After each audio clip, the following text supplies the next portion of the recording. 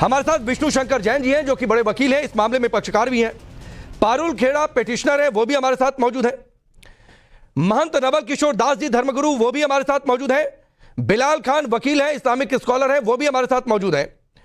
इनके साथ ही पवन राव अम्बेडकर जी एमआईएम के नेता और प्रवक्ता, मौलाना अली पीर कादरी जी मुस्लिम स्कॉलर, वो भी हमारे साथ मौजूद हैं। आप सबका बहुत बहुत स्वागत। लेकिन विष्णु सिंह कादरी, आप क्या कहना चाह रहे हैं, अपनी बात रखिए। और मेरा एक सवाल मैं उसमें ऐड कर देता हूं कि अब तो आप खुश हैं, दूध का दूध पानी का पानी हो जाएगा इस साइंटिफिक सर्वे के बाद, या कोई ऐतराज है आपको? देखिए सर, सबसे पहली बात तो यह है कि 2024 जैसे जैसे करीब आएगा, ऐसी बहुत सारी चीजें आपके सामने आएगी।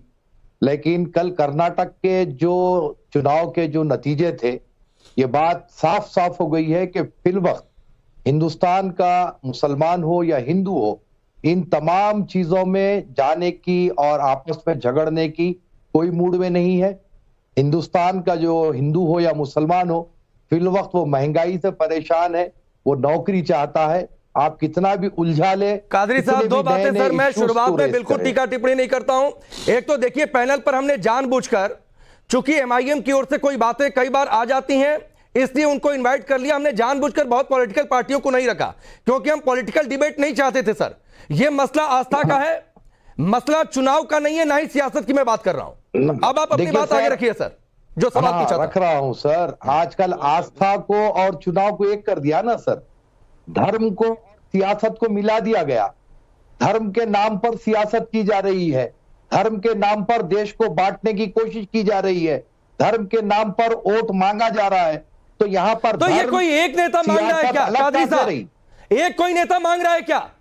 मुस्लिम वोट बैंक का खेल कितना पुराना है सर। बार बार मुस्लिम समाज को डराया जाता है, धमकाया जाता है कि बीजेपी आ जाएगी तो ये हो जाएगा, मोदी आ जाएंगे तो ये हो जाएगा। उन नेताओं से आप नहीं कहने जाते हैं, क्योंकि क्यों मुस्लिम समाज को डराते हो? सर मैं बिल्कुल चुनाव पर, कादरी साहब मैं फिर रिक्वेस्ट कर रहा हूं सर, मैं बिल्कुल चुनाव पर ना तो सियासत पर चर्चा कर रहा हूं सर। मेरा आपसे सवाल था, मैं फिर दोहराता हूं, आपको कोई एतराज है साइंटिफिक सर्वे से? क्योंकि इसके बाद दूध का दूध पानी का पानी हो जाएगा सर। इस पर अपनी राय रखें प्लीज, चुनाव और सियासत की बात ना करें। देखिए साहब, जब से ज्ञानव्यापी का इश्यू उठा है, वो तारीख से मेरे सारे डिबेट्स आप उठा करके देख लीजिए। मैं एक ही बात कह रहा हूं कि ये मामले को संवाद के जरिए हल किया जाए। इसमें और मुसलमान हिंदू को बांटने की जरूरत नहीं है। इस तरीके से बाबरी मस्जिद का इश्यू चला, सालों साल हिंदू मुसलमानों में बड़ी से बड़ी खाई पैदा की गई, फसादात हुए, कत्ल गारतगिरी हुई, कई चीजें हुई। अब ये जो ज्ञानव्यापी का जो इश्यू है, मैं तो इसको ये कहा हूं कि आपसी संवाद से हिंदू धर्मगुरु मुस्लिम धर्मगुरु बैठे एक बात को तय करें। नहीं तो सर, कादरी साहब, वो हमने देश में देखा है सर, आपसी संवाद की कितनी कोशिशें हुई। अयोध्या मसले में सुप्रीम कोर्ट ने भी कहा कि आपसी संवाद कर लीजिए सर। पता नहीं क्या क्या विष्णु शंकर जैन जी पूरी तरीके से गवा रहे हैं। बातचीत से मसला सुलझना होता सर तो अयोध्या का केस इतना लंबा नहीं चला होता। मैं सिर्फ पूछ रहा हूं सर, मेरे सवाल का जवाब अभी नहीं मिला। साइंटिफिक सर्वे से आप खुश हैं कि कोई एतराज है सर आपको? नहीं, देखिए साहब, कोर्ट का जब कोई आदेश आता है तो एक हिंदुस्तानी होने की हैसियत से हम उसका वेलकम करते हैं, हमें कोई आपत्ति नहीं है। हम उसको फव्वारा कह रहे हैं, और जब तक के कोर्ट का आदेश नहीं आएगा, साइंटिफिकली वहां पर कोई चीज प्रूफ नहीं होगी, हम तो उसको फव्वारा कहते थे, कहते नहीं हैं, क्यों कहेंगे सर? अगर एक पक्ष की आस्था है, आप बार बार दलील दे रहे हैं कि हम आस्था का सम्मान करते हैं, एक पक्ष कह रहा है कि वो शिवलिंग है उसके लिए, तो या तो आप कह दीजिए कि विवादित चीज है, जगह है। लेकिन आप क्यों कहेंगे? इसका मतलब है कि आप दूसरे की आस्था का सम्मान नहीं कर रहे हैं, या फिर आप नहीं करना चाहते हैं? आप बार बार, जितनी बार आप फव्वारा कहते हैं, जो लोग शिवलिंग मानते हैं हिंदू पक्ष, उनकी आस्था को बार बार चोट पहुंचती है। तो मत कहिए सर जब तक कोर्ट का फैसला नहीं आता है। आप नहीं शिवलिंग कह सकते, आप कहिए विवादित जगह है। तब्दील कर रहे हैं तो क्या मुझे ये मेरी आस्था को ठेस नहीं पहुंच रही है? नहीं, आप एक और कह रहे हैं कि हम कोर्ट का सम्मान करते हैं, साइंटिफिक सर्वे हो जाए। एक और कोर्ट कह रहा है प्रिजर्व कर दिया जाए। कोर्ट ने कहा है क्या कि फव्वारा है? कोर्ट ने कहा है कि उस जगह को प्रिजर्व कर दिया जाए। मैं विष्णु शंकर जैन जी, कोर्ट ने क्या कहा है जब प्रिजर्व करने की बात हुई थी? डिस्प्यूटेड प्लेस क्या कहा है जरा एक बार कादरी सर? मतलब कोर्ट ने, मैं आता हूं विष्णु शंकर जैन जी, ट्रायल कोर्ट गए, आप समझ गए होंगे कादरी साहब, कोर्ट ने ना फव्वारा कहा ना शिवलिंग कहा। तो सर या तो आप कुछ भी मत कहिए, ना तो आप फव्वारा कहिए ना आप शिवलिंग कहिए, ना प्रिजर्व नहीं तो मत कहिए ना सर। मत कहिए सर, क्योंकि आप जितनी बार फव्वारा कहेंगे किसी की भावनाएं आहत हो सकती हैं। तो ध्यान रखिए सर, ध्यान रखिए सर प्लीज।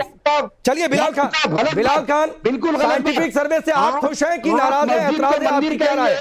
रुक जाइए सर, रुक जाइए सर, प्लीज कादरी साहब, कैसे बात कर रहे हैं आप? मैं कोई गलत बात नहीं कर रहा हूं, कोई गलत बात नहीं कर रहा हूं सर।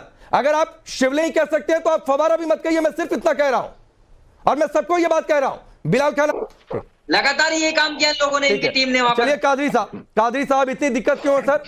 एक सर्वे हो रहा है, हो जाएगा, दूध का दूध पानी का पानी। आपकी बात सही, आपकी बात सर साबित हो जाएगी। देखिए राकेश जी, फिर एक बार मैं ये कह रहा हूं कि सर्वे से तोड़ के मस्जिदें बनाई इन्होंने, इसलिए परेशान। अरे जरा सुन लो सर, जरा सुन लीजिए, बड़ी देर से खामोश बैठा हूं, सुन लीजिए। देखिए सर, सर्वे से मुझे कोई आपत्ति नहीं है, आपके चैनल के माध्यम से सारे देश को ये कह रहा हूं कि सर्वे से हमें कोई आपत्ति नहीं है, सर्वे होने दीजिए। जब कार्बन डेटिंग होगी या और भी कोई तरीका होगा सर्वे का, तो वो तथाकथित जो है शिवलिंग है या फव्वारा है पता चल जाएगा। ठीक, उससे पहले ना उसको आप शिवलिंग डिक्लेयर करिए, ना आप उसको कुछ कहिए। अब रहा सवाल साहब कि आस्था की बात हो रही थी, अभी आपने कह दिया कि मस्जिद कौन सी है, मस्जिद की दीवार को देखिए। आप हमारी मस्जिद को मंदिर डिक्लेयर करने के लिए तुले हुए हैं। हम कह रहे हैं उसमें है। सुन लीजिए, नहीं, लेकिन कादरी साहब, नहीं, उन्होंने डिक्लेयर करने की बात नहीं कही। विष्णु जी का एक सीधा सा सवाल था, क्या सुन ले? किस मंदिर की पीछे की दीवार, उस पर मंदिर के भग्नावशेष होते हैं, ऐसी कितनी मस्जिदें आप बता दीजिए। और नवल किशोर दास जी उस पर बेहतर टिप्पणी करेंगे। आप बता दीजिए कादरी साहब, कितनी ऐसी मस्जिदें हैं? शो के स्टार्टिंग में रशीदी साहब कितने मंदिर ने ये बात कही, कमल छपा हो, सुन लीजिए ना, गणेश की मूर्ति बता दो। ये मच्छी मार्केट क्यों बना रहे हो सर? नहीं, एक एक करके, पहले कादरी साहब अपनी बात रखिए, फिर महंत जी के पास में जाऊंगा। कादरी साहब, आपके शो के स्टार्टिंग में रशीदी साहब ने, मौलाना रशीदी ने, आप ही के चैनल से मैंने देखा कि वो अकबर के दौर की मस्जिद है और वहां पर दीन इलाही, तो औरंगजेब ने क्या तोड़वाया था? जो ऑर्डर दिया था, बाकायदा लिखित है, कहा था काशी विश्वनाथ मंदिर को तोड़ने के आदेश, मथुरा को तोड़ने के आदेश, बाकायदा तारीख में जिक्र है।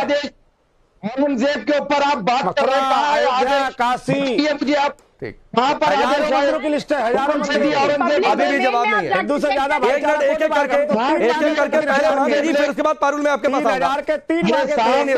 कह रहा हूँ, it's a totally political game. परेशान क्यों सर? आपके हिसाब से पॉलिटिक्स होगी, ठीक है सर, हो गया कादरी साहब, हो गया आपका समय, हो गया सर, 30 सेकंड आपको दिया था।